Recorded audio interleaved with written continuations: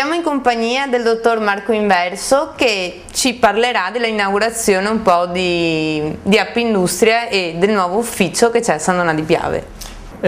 Sì, è stato inaugurato quest'estate a luglio a San Donà di Piave in via Ancillotto la nuova sede fondamentale di Appindustria Servizi e Appindustria Venezia.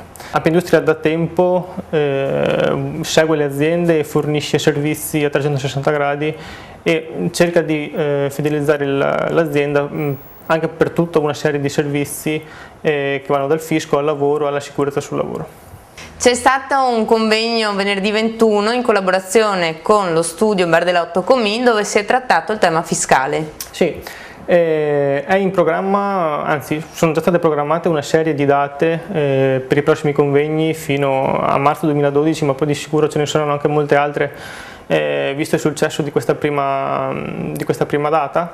Si è deciso di approfondire intanto il tema fiscale proprio per aggiornare le aziende sulle continue manovre, sui continui cambiamenti che ci sono stati in quest'estate. C'è stata anche una piccola parte dedicata alla sicurezza sul lavoro che cercheremo di approfondire magari nelle prossime date, che è uno dei servizi di punta insomma, di Appindustria, soprattutto per questa sede fondamentale di San Donà di Piave. Che genere di servizio date proprio sulla sicurezza sul lavoro? Di sicurezza sul lavoro se ne parla sempre di più ultimamente, purtroppo se ne parla dopo i controlli degli ispettori, insomma degli enti preposti e non per interesse magari delle aziende come dovrebbe essere. I servizi di Appindustria in collaborazione con Centro Sicurezza sul Lavoro sono quelli della informazione e per questo sono stati realizzati dei DVD, dei supporti informativi al datore di lavoro appunto per fare l'informazione ai lavoratori, una serie di corsi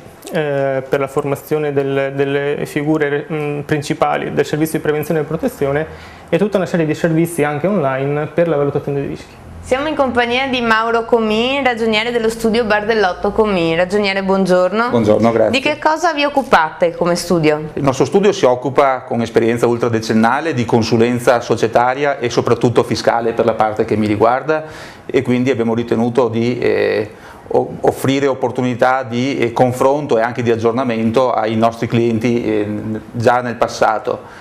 Recentemente è sorta l'opportunità di instaurare questo rapporto di collaborazione con Appindustria e quindi abbiamo colto questa occasione per rivolgerci a una platea più estesa e credo anche più interessata per mettere a disposizione appunto quello che è la nostra esperienza accumulata sul campo della consulenza e di servizi in materia contabile e fiscale.